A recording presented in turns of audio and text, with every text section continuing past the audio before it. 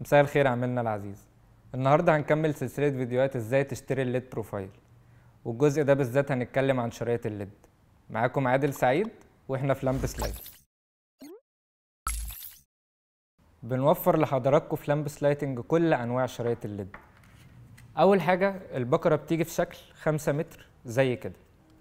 متاح عندنا 120 ليد في المتر، 180، 240 وكمان 308 ليد في المتر الواحد.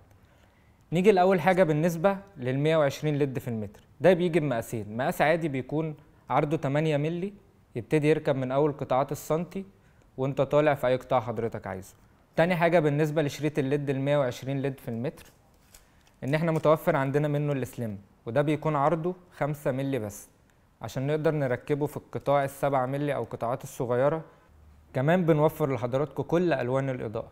موجود عندنا الورم وده بيكون 3000 كلفن، كمان موجود الدي لايت وده بيكون 4000 كلفن، كمان بيكون موجود الإضاءة الأبيض ودي بتكون 6500 كلفن.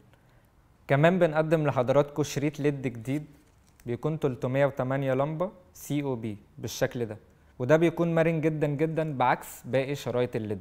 كمان بيكون مناسب في القطاعات اللي سمكها بيكون قليل زي كده، لأن لو السمك قليل واشتغلنا بشريط الليد العادي يبتدي يبان من تحت القطاع من هنا نقط الليد نفسها، هيبكسل شكله مش هيبقى احسن حاجه.